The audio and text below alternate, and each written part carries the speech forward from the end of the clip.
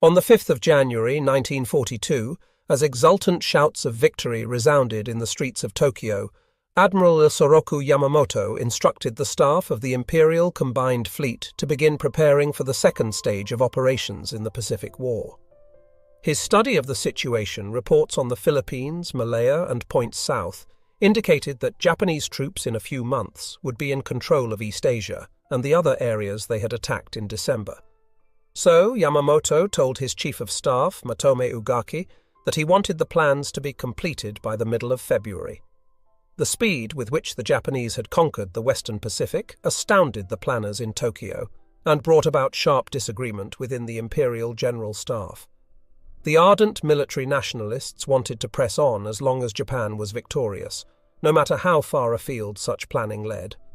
Another group, represented by Admiral Yamamoto, had been less than enthusiastic about the opening of war with the United States and Britain and worried about the future.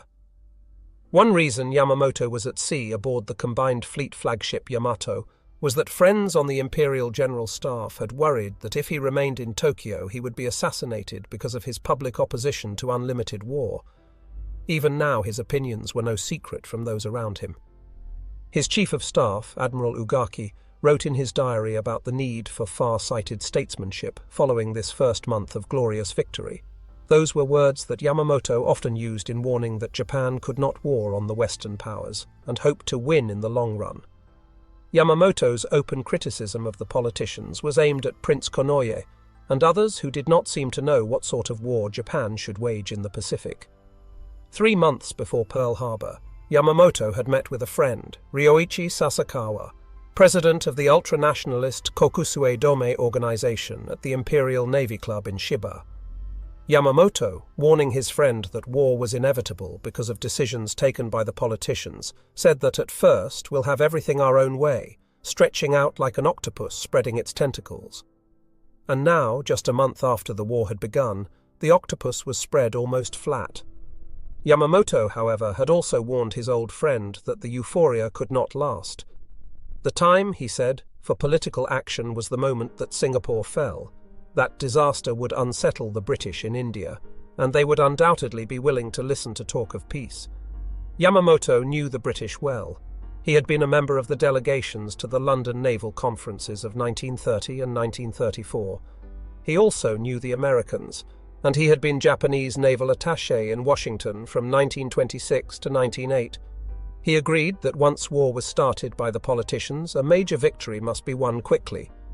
But when that victory was achieved, he believed Japan would have only a year and a half to bask in glory. "We must get a peace agreement by then," he told Sasakawa, and he looked to this old friend to carry the word among the right-wing political leaders who were in power. On January 5, the victory seemed close at hand. The American battleship fleet had been put out of action at Pearl Harbor on December 7. The British battleships Repulse and Prince of Wales had been sunk off the Malay coast. In the Philippines, Manila and the United States naval base at Cavite had been captured. The British had surrendered at Hong Kong, and Japanese forces were on their way to new landings in the Dutch East Indies, at Rabaul, on New Ireland, Amboina, and in the Solomon Islands. The attack at Pearl Harbor, however, had not accomplished all Yamamoto had hoped for: the destruction of the major elements of the United States fleet. The aircraft carriers which had been at sea were unharmed and represented a constant threat. What was needed was a spectacular achievement, and Yamamoto did not expect the fall of Singapore for 5 or 6 months. It came on February 15. He believed that if he was to achieve his goal of setting up the stage for negotiation, he must move in another direction. But the question before his planners was where to strike next. The army vetoed Yamamoto's suggestion for an attack on the Soviet Union. Such a war would be fought almost entirely on land, and the army was heavily occupied in China and Southeast Asia, so 3 other ideas were offered.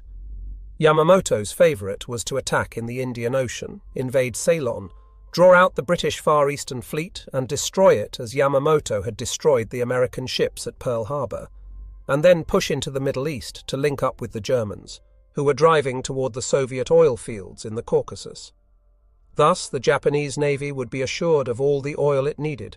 The army refused to consider a Middle Eastern operation, so only 2 plans were left. 1. advocated by the Naval General Staff in Tokyo, called for an attack on Australia to deprive the Americans of that forward base of operations. After moving into the Solomon Islands, the Navy would take New Guinea, New Caledonia, Fiji, and Samoa. Advocates of this plan at Imperial General Headquarters were already setting up occupation systems for Australia and New Zealand, but Yamamoto did not like the Australia plan because he thought it would take too long and still would not be spectacular enough to halt the Americans. Yamamoto also knew the Pearl Harbor attack had aroused the spirit of vengeance in people the Japanese had been learning to detest as soft and incompetent. Too soft, the army said, to fight a war to the finish. It was apparent that even the capture of Singapore would not stop the Americans. Yamamoto wanted a victory that would make it possible for Japan to extend a generous olive branch. In January, Yamamoto ordered another plan drawn, and 2 months later sent officers to Tokyo with the document, designated the MI Plan, which envisaged a battle off Midway Island, where the American carrier force would be destroyed. He also sent to Tokyo the AL Plan, which detailed the invasion of the North American continent via Alaska. If all went well, Hawaii would be occupied, and later perhaps the West Coast. At least victories at Midway and in the Aleutians would give the politicians a base for negotiating the sort of peace that Yamamoto hoped to achieve. In Tokyo, the admirals quarreled around the conference table in the Navy Ministry, but in the end, Yamamoto had his way. Forgotten was the potential significance of the fall of Singapore in February, and the impending collapse of Bataan and Corregidor, either of which might have served Yamamoto's purpose. The reason they were no longer important lay in the April raid of Lieutenant Colonel Jimmy Doolittle's B-25 bomber squadron on Tokyo.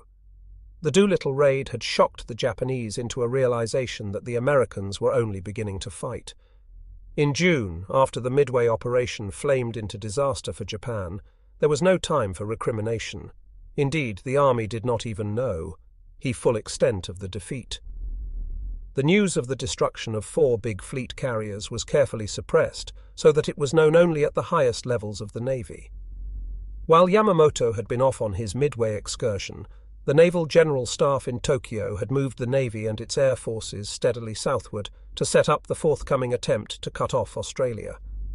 Naval forces had taken Rabaul on January 23, and from that time onward they had conducted constant air reconnaissance and bombing raids against other islands and New Guinea. It was apparent to the Australians, who communicated their concerns to General Douglas MacArthur after his arrival in March, that the Japanese would soon move against New Guinea. If they were successful, it would be very nearly a walkover for the Japanese to take northern Australia. In February, the Japanese had already bombed Darwin, and in March, when they invaded Salamaua, New Guinea, the pace stepped up.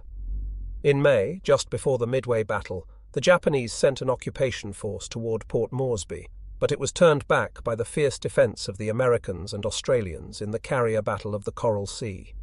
The Japanese did occupy Tulagi, north of Guadalcanal, and built a seaplane base there. The Battle of the Coral Sea convinced planners in Washington and Australia that they had to prepare for a Japanese move in the south. MacArthur told the Australian government it must be ready for an attack before a Japanese thrust that was generally expected to be made against India. He cabled General Marshall for 2 carriers and 1,000 planes, but in Washington that May, Admiral Ernest J. King, Chief of Naval Operations, informed General Marshall that until the end of June he would have only 2 working carriers in the entire Pacific, while, on the eve of Midway, the Japanese had 10. And Pacific Fleet Commander Chester W. Nimitz had already given advance warning about the big move he expected the Japanese to make, which turned out to be the Midway battle. While events were taking their course at Midway, the Japanese were establishing their forces in the New Guinea Solomons area. Major General Tomitaro Horii landed the South Seas Force at Salamaua, and the naval troops occupied Lae and began to build up an air base there. Independently of Admiral Yamamoto, the Imperial General Staff had planned the Port Moresby operation, and Lieutenant General Harukichi Hyukatake was ordered to press on toward New Caledonia, Fiji, and Samoa, and to be ready to resume the advance against Port Moresby by July. That would be after the Midway battle, when Admiral Yamamoto could be expected to have returned with his combined fleet. That big carrier force was expected to protect this new move. In spite of the defeat at Midway, which was reported as a victory to the forces in the field, Imperial General Headquarters did not alter its plans. A few days after Midway, the Australians informed General MacArthur that the Japanese were ready to move. In view of the Midway victory, MacArthur suggested that the Allies make a preemptive attack on the New Britain-New Ireland area, and then an assault on Rabaul, the main Japanese naval and air base in the area. With the 2 carriers and the 1,000 planes and an amphibious division, MacArthur would force the Japanese back to Truk. On June 12, General Marshall offered the MacArthur plan to Admiral King with some modification. He wanted 3 carriers instead of 2, and 1 Marine division and 3 Army divisions to make the assaults. Admiral King opposed the idea, because it would put MacArthur in command of the fighting. King's other reasons were supplementary. The carriers would be subject to land-based attack, and they would not have enough protection. As it turned out, the Navy had to cope with both of these tactical problems at Guadalcanal. King devised his own plan, a drive from the New Hebrides by forces under Navy command. MacArthur objected to having his army forces serve under the Navy, but nobody could deny the necessity of stopping the Japanese before they took New Guinea and were poised to attack Australia. The problem for the Joint Chiefs of Staff was who was going to command the operation.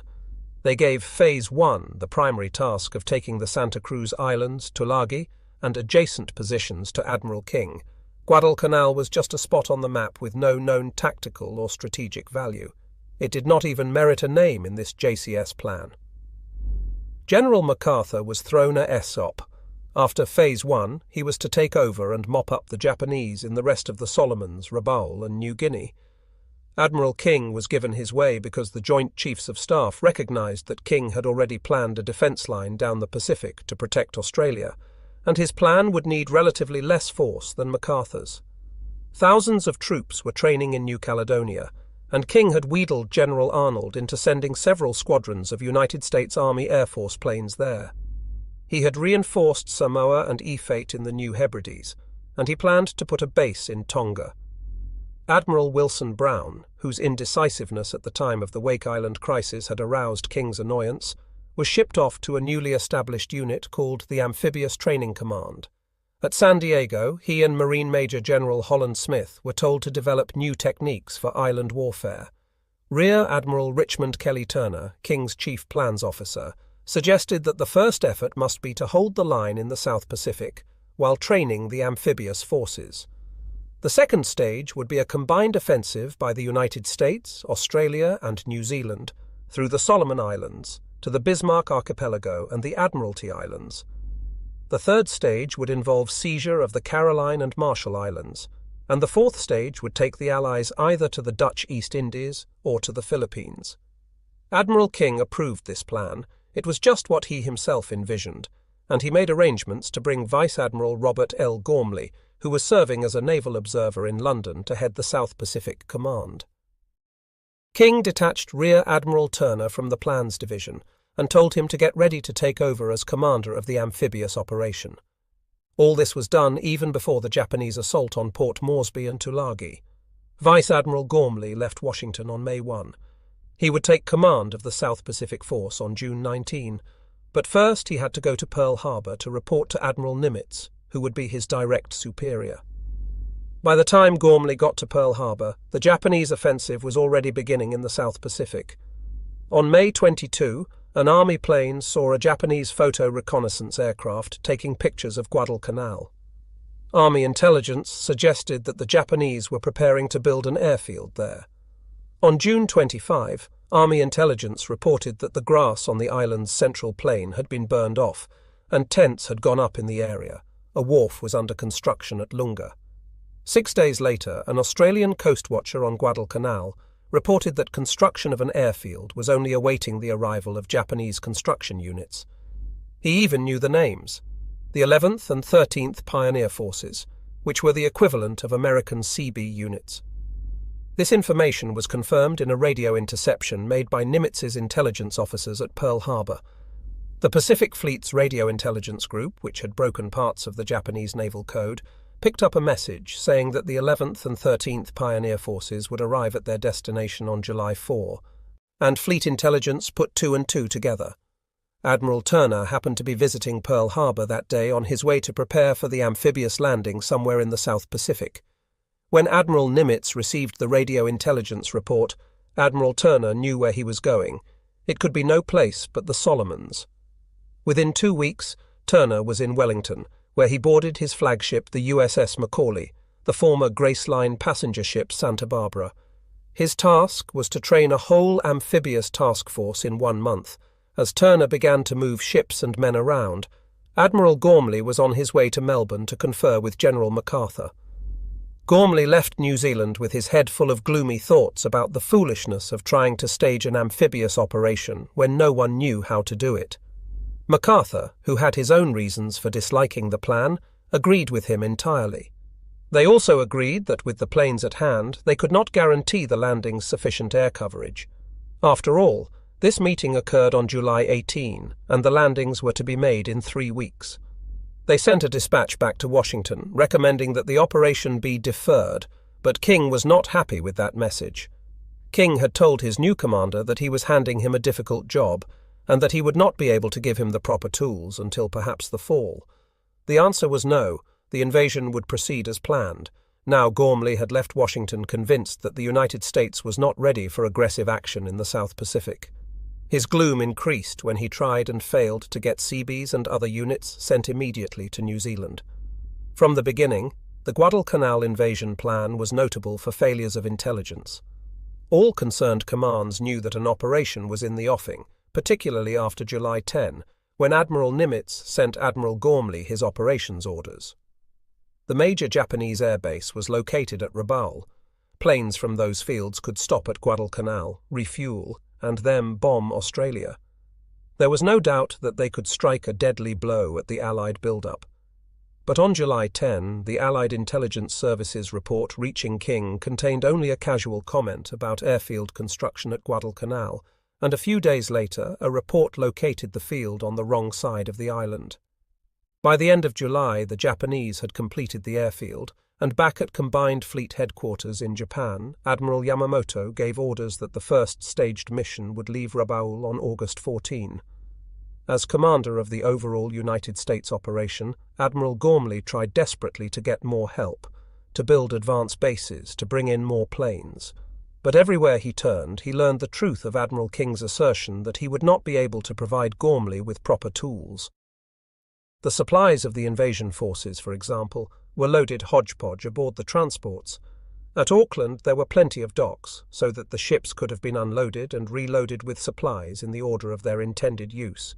Instead, the ships were sent to Noumea, which had no such facilities, and Admiral King had at least a general idea of the difficulties, but there was not time for delay. King knew better than any of his subordinates the absolute necessity of stopping the Japanese before they got to Australia. The timetable remained. By late July, the rush was on, and 17,000 Marines were moving by troopship from California, Pearl Harbor, Noumea, and Samoa. Admiral Gormley was too busy to hold a conference of his commanders, but on July 28, Admiral Frank Jack Fletcher, who was supposed to be in tactical command, called a meeting aboard his flagship, the carrier Saratoga. For the first time, the tactical unit commanders met to talk about the invasion, and Admiral Fletcher was to protect the invasion with his task force. Admiral Turner was to deliver the troops of Marine General Alexander Vandergrift. Once the Marines had taken the island, garrison troops would be brought in, but so hastily was this operation called that no one had made provision for any troops to be held in reserve. There were no more men available in the South Pacific. The meeting on the Saratoga was not a happy one. Fletcher began by announcing that he would protect the landings at Guadalcanal for only 2 days. He insisted, and Gormley's staff members at the meeting concurred, that the carriers must not be risked. Fletcher was gun-shy because he had lost the Lexington at Coral Sea and the Yorktown at Midway. His thinking went no further than that. In fact, Fletcher said at the meeting that the whole operation was cockeyed, hasty, and doomed.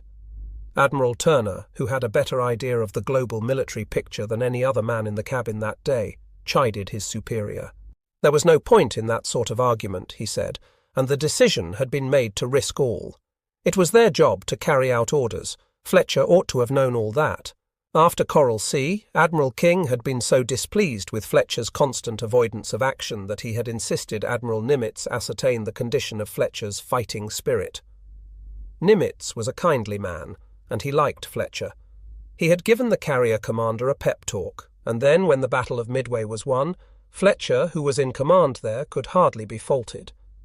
But on the eve of the first American offensive operation, to warn the troops and the men of the support ships that he was going to desert them in 48 hours was a most inauspicious beginning. The rehearsal for the Guadalcanal invasion was staged on July 28 and lasted 3 days. The scene was Coro Island near Fiji. Only a third of the assigned troops managed to get ashore, and when they did, they didn't know what to do. General Vandergrift regarded the mock-up as a complete bust, but there was no time even to second-guess. On July 31, the Marines were back aboard the transports, heading for Guadalcanal. On the afternoon of August 6, as the task force of 75 ships neared the Solomons, Admiral Fletcher nervously broke away with his carriers. He would have his planes over the landing force as promised, but the 26 ships of the carrier group were being taken as far from harm's way as possible. If American intelligence was so faulty as to permit the Japanese build-up of the airfield at Guadalcanal, Japanese intelligence was faultier, for as the United States invasion fleet massed in the South Pacific, the Japanese had no inkling of a forthcoming attack. In July 1942, the Japanese army was preoccupied with trying to capture New Guinea as a staging point for its operations against Australia and New Zealand. Major General Tomitaro Horii's South Seas Force landed 2,000 troops near Buna. After capturing Buna, the Japanese planned to construct airfields there as a prelude to a new attack on Port Moresby. So in July, Japanese air power was concentrated against Port Moresby. Bombers and fighters swept over the piers and airfields nearly every day. After the Japanese landings, the Japanese AI forces were also called on to support the beachhead, and in the early days of August, their attention was fixed on the new drive. The combined Australian and American Air Force responded with raids on the Japanese air bases at Lae. During these preparations, Admiral Yamamoto's flagship Yamato was anchored at Hashirajima in Japanese waters. In a leisurely fashion, he was preparing for the forthcoming air operations over Australia, and he would see then what action was to be taken next. In preparation, on August 3, the naval air groups stationed at Lae were brought back to Rabaul to be ready for the Guadalcanal operations that would begin the following week. During the first week of August, the South Pacific skies were cloudy, and only a handful of Japanese search planes took to the skies. None of them found the American armada that was steaming toward Guadalcanal. The Japanese airmen flying out of Rabaul were surprised to encounter American carrier aircraft in the skies around Buna. They had been told that the United States carriers were destroyed at Midway. The pilots assumed that the carriers were operating with Australian forces that had marched across the Owen Stanley Mountains. Actually, they were training for the Guadalcanal invasion. No one in the Imperial High Command or in the field suspected a forthcoming invasion. After their 8 months of continuous victories, it was hard for the Japanese to believe that the Allies could launch a seaborne invasion. Had the idea been suggested, they would have agreed with General MacArthur and Admiral Gormley that such an invasion had almost no chance of success. So as the American expeditionary force moved toward Guadalcanal, it enjoyed the element of surprise. On August 4 and 5, the 75 ships steamed on under an overcast sky, and on August 6 the fleet moved through rain squalls almost all day long. But as dawn rose on the morning of August 7, the sky cleared, which meant the carrier planes would have good visibility for their attacks. The fleet went to general quarters at 5:30, and at 6 o'clock the carriers launched their first strike. The planes from the Wasp, Saratoga and Enterprise were assigned targets on Guadalcanal Island, Tulagi, Gavutu and Tanambogo.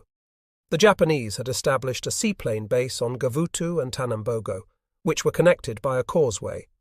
The Japanese planes had been kept down the day before by bad weather. Admiral Fletcher's task force reported one unidentified aircraft during the day, but whether it was Japanese or a plane from General MacArthur's command was undetermined. In any event, the Japanese were not aroused until 6:12 a.m. when the communications headquarters at the Tulagi seaplane base sent a frantic message announcing the attack. The radio message went to the 4th, 6th and 8th Fleets, Admiral Yamamoto, and Imperial Headquarters. It was simple and succinct. Enemy heavy bombardment in progress, the weather had cleared, and the carrier planes flew off into scattered cumulus clouds in the light of a quarter moon. The fighters and bombers moved off on their appointed missions. 8 fighters, led by Lieutenant L.H. Bauer, took off from the Enterprise to attack Guadalcanal's aircraft, PT boats, troop installations, and supply dumps. They found no aircraft and no PT boats, and they did strafe the buildings on the airfield at Lunga Point. Meanwhile, another 8 fighters from the Enterprise maintained a combat air patrol over the transports from 6 until 8 o'clock, when they were replaced by others. Bombers began to hit Tulagi and the Lunga Point area, but no enemy air activity was seen all morning. The Americans had it all to themselves, and the only planes damaged were those hurt in operational accidents. Planes from the other carriers struck the seaplane base at Gavutu. The surprise was complete. The American planes arrived and began bombing and strafing the seaplanes in the water. They destroyed 9 float planes similar to the Zero, 1 4-engine Kawanishi flying boat, and 8 seaplanes that doubled as search planes and bombers. A few Japanese pilots who tried to take off were shot down before they were airborne. Not a single Japanese plane at Gavutu survived the attack. Other carrier planes hit Japanese troop concentrations on Tulagi. Some struck targets on the beaches that the Marines would soon invade. Before dawn, the Marines on the decks of the transports could see the high mountains of the island that was their objective. The transports slipped through the narrow neck that runs between Guadalcanal and Savo Islands into Sea Lark Channel. As dawn rose, the guns of the escorting warships fired, and flashes of light illuminated the fleet. There was virtually no answering fire. The bombardment from the cruisers and destroyers accompanying the troopships started fires along the shore. An oil dump exploded, sending flames leaping into the sky. At 8 o'clock, after 2 hours of bombing and shelling of the island, the landing craft began to move toward the north shore east of Lunga Point. The Marines were nervous. Neither they nor their officers had any practical experience in such a landing, for this was the first American amphibious invasion since the Spanish-American War. At 9 o'clock, troops were landing on Guadalcanal. They met no resistance because the Japanese had fled into the hills. The going was ridiculously easy. The Marines soon saw how completely they had surprised the enemy. They came across wooden barracks that had never been slept in. They found a tent with a breakfast table full of platters and bowls of meat, rice, and cooked plums. There were half-filled rice bowls scattered around, chopsticks hastily dropped on the table or on the straw mats of the floor. The tents themselves told why the Japanese had left so rapidly. They were torn by shrapnel, and some were knocked flat by the shelling of the naval vessels before the landing. But any Marine who felt like celebrating over the ease with which they had taken their early objectives had some shocks coming. It was true that the Japanese had been surprised on Guadalcanal, and they had not dug in yet, nor created permanent fortifications, because most of the men were construction troops, not fighting men. But over on Tulagi, Lieutenant Colonel Merritt Edson's 1st Marine Raider Battalion and the 5th Battalion of the 2nd Marines had encountered stout resistance. About 250 Japanese were located on this island. The Japanese were troops of the Yokohama Air Base Detachment under Captain Hasike Miyazaki. They were experienced and dedicated fighters. Edson's 1st Raiders were the toughest American troops in the Pacific.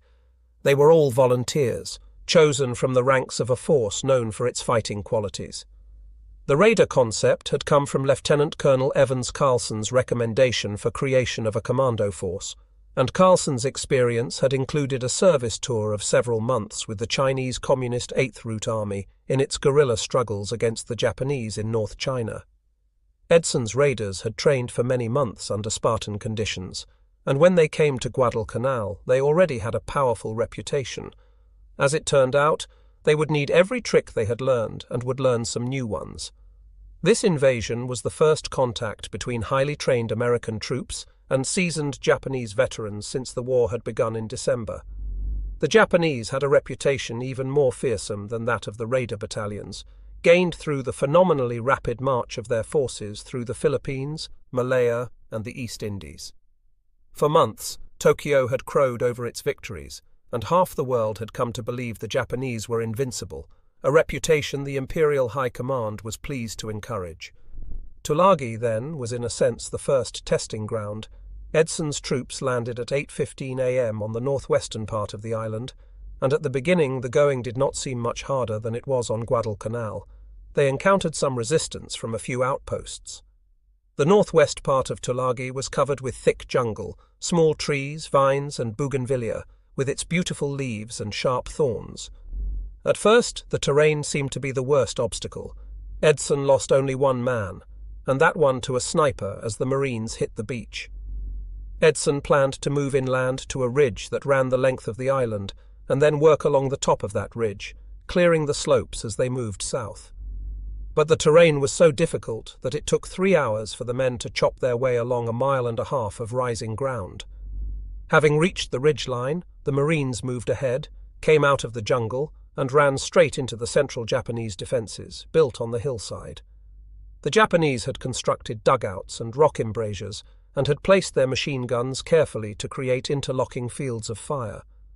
The Japanese defence was based on keeping the enemy below them, but the Marines found that by crawling up the cliffs they could drop charges of dynamite and grenades into the dugouts, and that was the method they had to use to advance. Once a dugout was blown, it still was not safe. In one hole, the Americans killed 17 Japanese with dynamite charges. One Marine spotted a radio inside and went in to retrieve it. There were still 2 Japanese soldiers alive, and they shot him and another man who came after him before they were killed. One section of Marines took on this defence position in the centre of the island, while the centre and left flank of Edson's force pushed down the ridge. But even along the ridgeline the going was not easy. One company suffered 15% casualties that first afternoon. The frontal resistance was stiff, but with the Japanese, frontal resistance was only half the battle. Snipers seemed to be everywhere, tied in trees, in the tops of buildings, behind rocks. A favourite tactic of the snipers was to let the forward element of a Marine unit pass, and then begin shooting at the men from behind. This move almost always meant death for the sniper, but usually not before he had caused several casualties. And one thing the first raiders learned that day was that the small .25 caliber Japanese rifle and machine gun slug were more apt to wound than to kill, which from the Japanese point of view was satisfactory, since it took additional troops and resources to care for the wounded. During the afternoon, the raiders drove along the ridge until they ran into a 3-sided ravine, whose floor was an old British cricket field. The Japanese had dug into the ravine walls and established the fields of fire that would become so familiar in later months. As the Marines moved up, they ran into crossfire, and Edson stopped because darkness was coming, and this was no time to be probing known dangers. That night, the Marines on Tulagi had another new experience. The Japanese, knowing they were outnumbered with no chance of survival, staged one of the desperate counterattacks for which they would become infamous. They waited until the Marine perimeter was quiet. Then at 10:30 a.m. they broke through between 2 companies and surrounded one of them. The Marines fought in their foxholes and in the open, using guns, machine guns, grenades, and knives. The Japanese came along the ridge toward Colonel Edson's command post and reached a point 50 yards from him. Finally, the Marines overpowered the Japanese and threw them back, but not before one company had lost half its non-commissioned officers. The next day, August 8, more troops were landed on Tulagi, until there were 7,500 on that side of Sealark Channel. Edson's raiders and men of the 5th Battalion of the 2nd Marines began moving again toward the southeastern end of the island. One by one they attacked the dug-in machine gun positions on the steep sides of the old cricket ground. From one cave they removed 35 dead Japanese, some of them already rotting and stinking, but some killed in the last moment of defense of the position. From this, the Americans deduced properly that the Japanese tactic was to hold a position until the last unless ordered to retreat, proof of the discipline of the Japanese armed forces.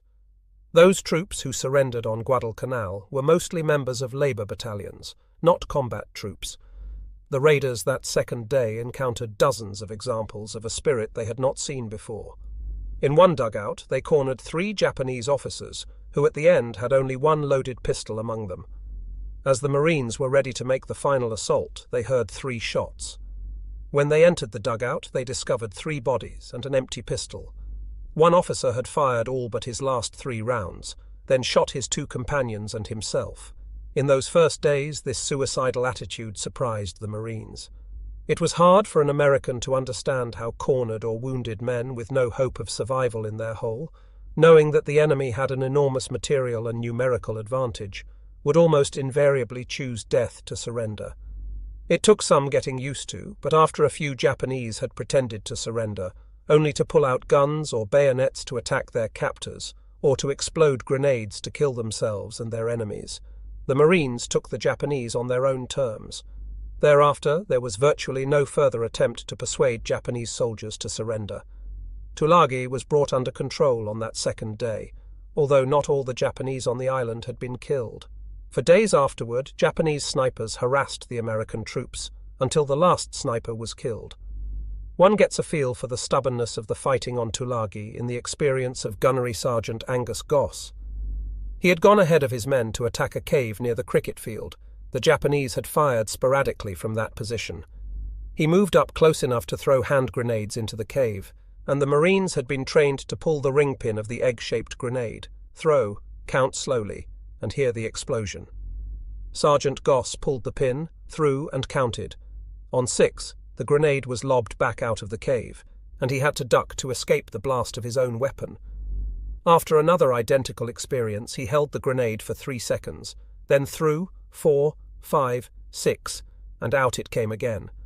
Sergeant Goss called for a satchel charge, a bag filled with dynamite, usually used to blow buildings. He thrust in the charge, primed it, and ran back a little. The Japanese thrust the charge out of the mouth of the cave. The dynamite exploded and drove a rock splinter into Goss's leg. The wound was not serious enough to fell him, but it hurt enough to infuriate him. He picked up his submachine gun and dashed into the cave, spraying fire. He killed 4 Japanese soldiers and counted 8 others who had died earlier.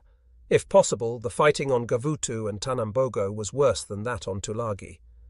The landings there came in the middle of the morning. Not many troops were committed, because no one expected to find many Japanese there. But since the seaplane base was on these islands, the Japanese had fortified them, and the Marines ran into trouble. The Japanese were surprised and had still not recovered from the bombardment and aerial attack that had destroyed their seaplanes, so the first troops ashore were met by rifle fire only. But when the second wave of Marines reached the beach, the Japanese had organized about 500 yards back, and the fire was intense. The third wave came under fire before the landing craft reached shore, and the casualties were heavy. Gavutu and Tanambogo were both dominated by small hills, not quite 150 feet high, but above the sea-level landings. This height was enough. The Japanese had built their defences along the slopes, and they were well supplied with machine guns, automatic rifles, and ammunition. As on Tulagi, each Japanese position had to be taken. They did not retreat, and the viciousness of the fighting on Tanambogo was almost unbelievable. In the early waves, the Marines had landed tanks. The Japanese had come surging toward the Tanambogo dock, where the landings had been made. They had jammed crowbars under the treads, thrown grenades, and tried to set the tanks afire with rags soaked in gasoline. One tank commander had opened the hatch and employed the tank's machine gun to kill 23 Japanese soldiers, before one scram bled up the side of the tank and stabbed him to death with a bayonet. Another Japanese then threw gasoline-soaked rags inside the tank, and it burned. By mid-afternoon on this first day, it was apparent that the Marines could use reinforcements, and a unit that had landed earlier on Florida Island, where there were no Japanese, was called over to assist. Tanambogo had been taken, but the Marines were unable to secure the causeway that linked the 2 small islands. The reinforcements were ordered to Tanambogo, and at dusk were given 5 minutes of preparatory bombardment from naval vessels. Unluckily, one of the last shells hit a fuel dump near the beach and lit up the shore as if it were noon. As the Marines came up, the Japanese had them clearly silhouetted against the sea. From the dugouts on the hills came a steady stream of machine gun and rifle fire. 2 boatloads of Marines reached the beach, but the coxswain of the third boat was killed at his tiller, and the boat slewed around and headed back out to sea. The following boats did the same, believing there had been some change in orders, so the men of the 2 boats were stranded ashore, and their only protection was the concrete pier.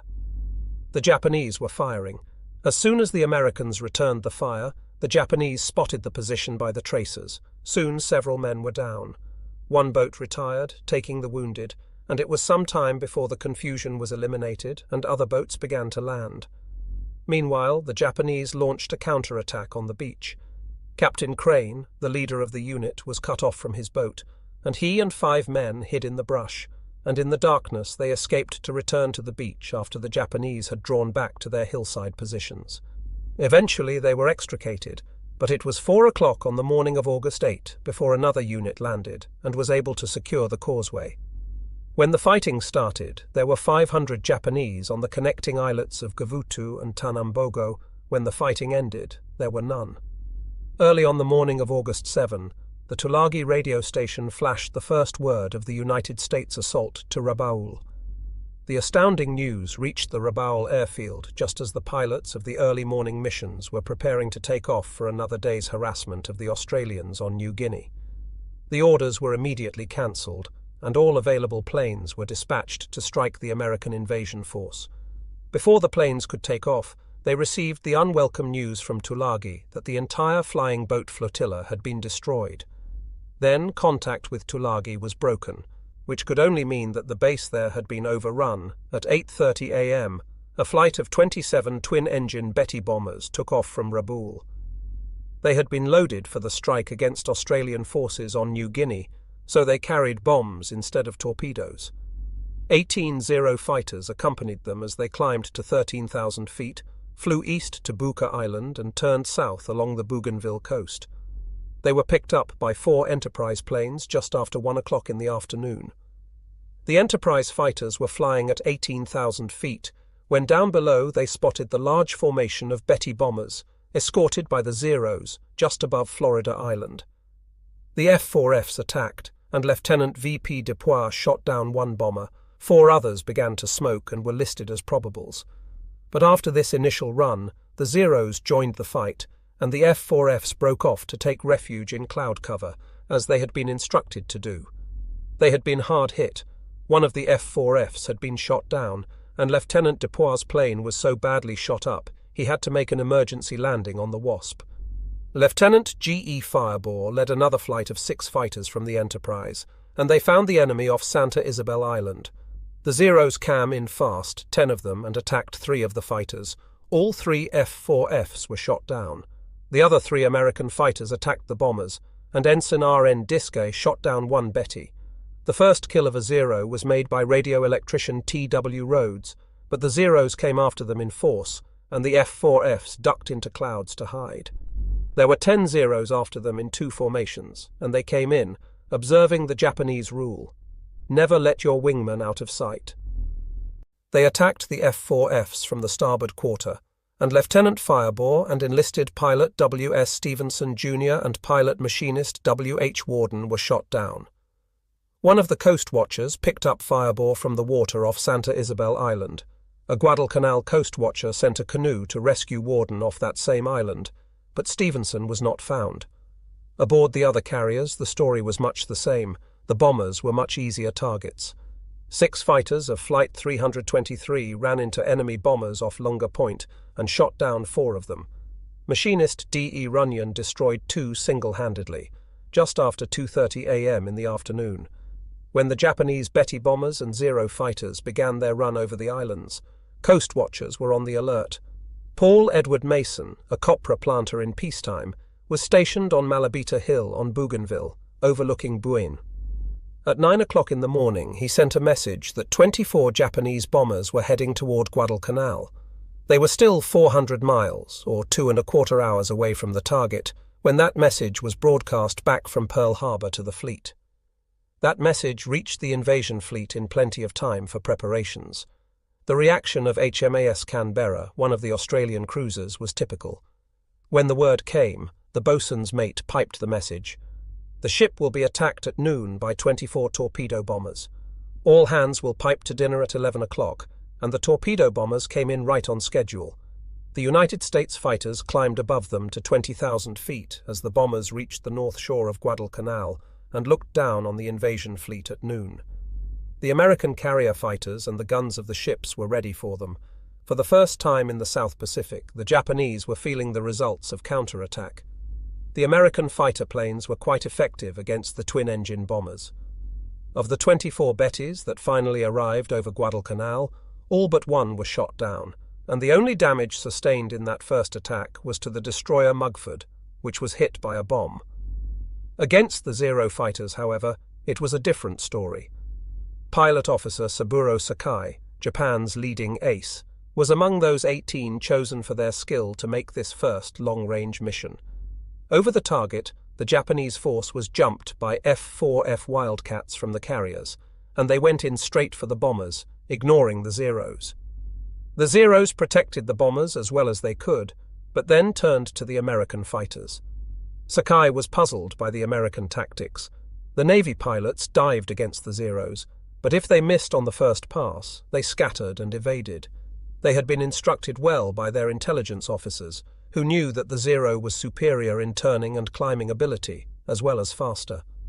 After a grim and skillful battle, Sakai shot down one F-4F and an SBD dive bomber that by itself jumped 4 Zeros.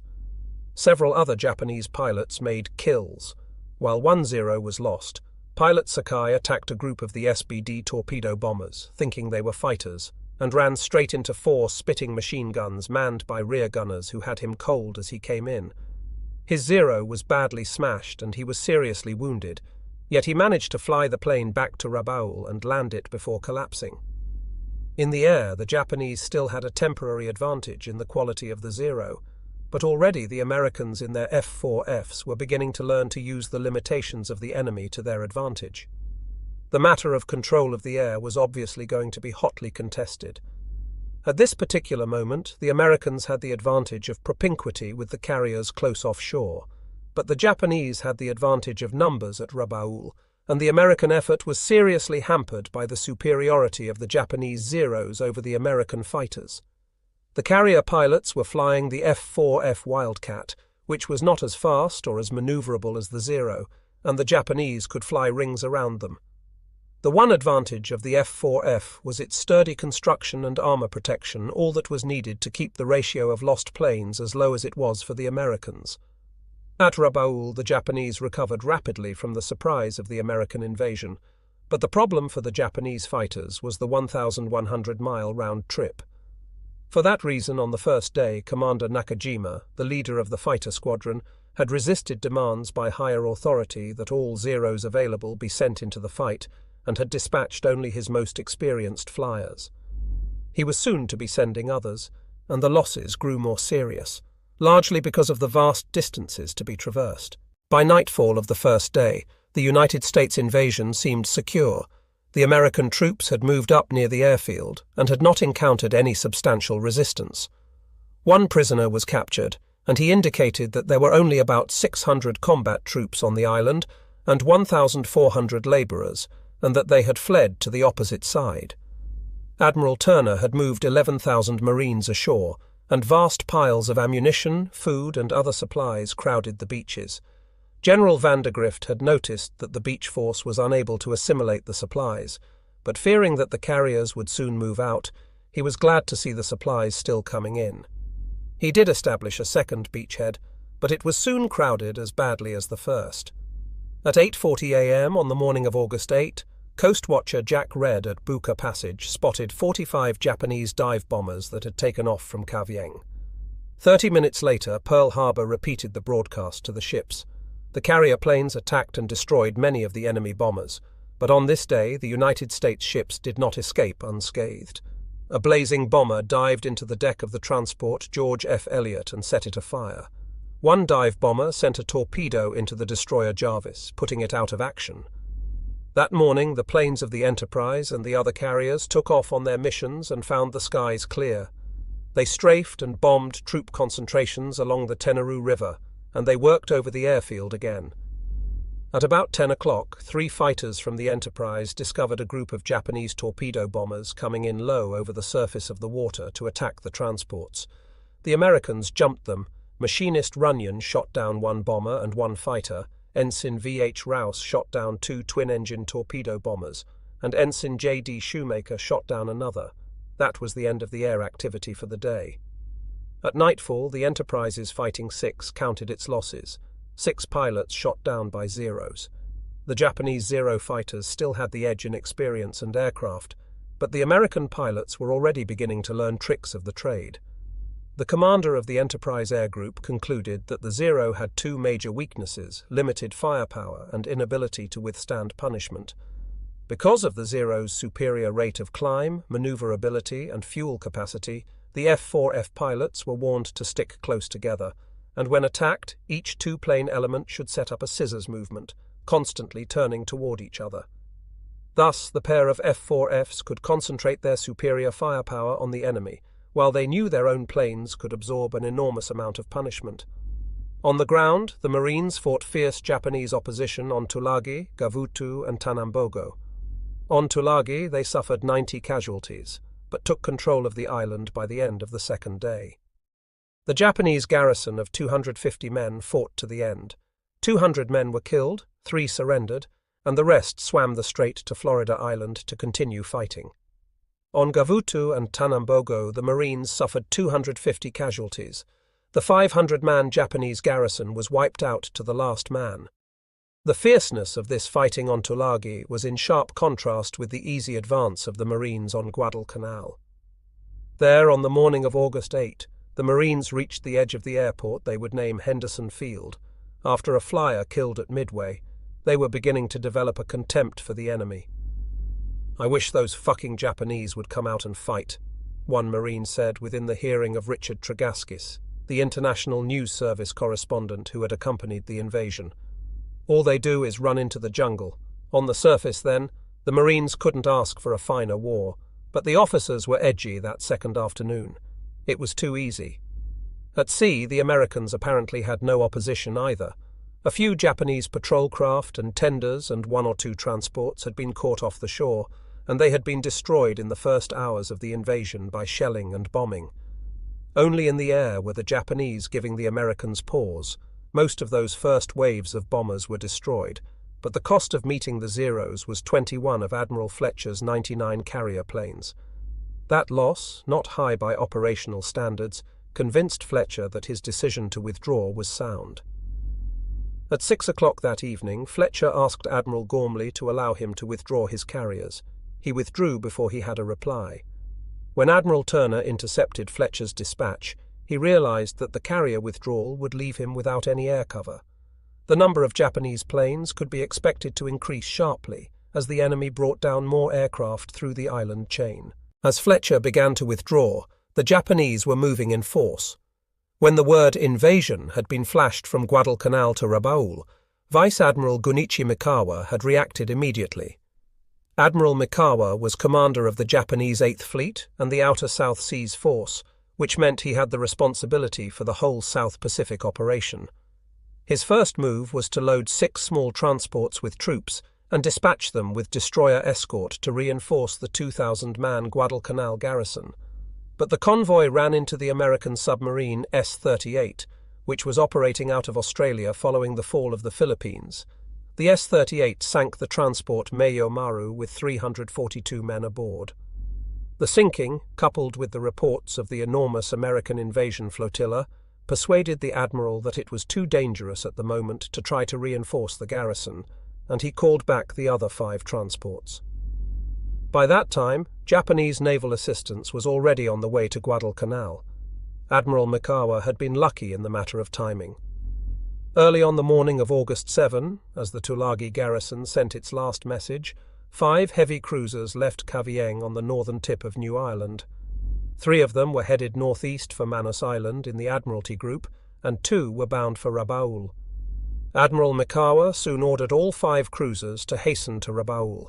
Shortly after noon, the cruiser Chokai, accompanied by a destroyer, moved into Simpson Harbour. The other 4 cruisers waited in St. George's Channel between New Ireland and New Britain for the Chokai to rejoin. When she came up late that afternoon, she was carrying Admiral Mikawa himself and was accompanied by the light cruisers Tenryu and Yubari.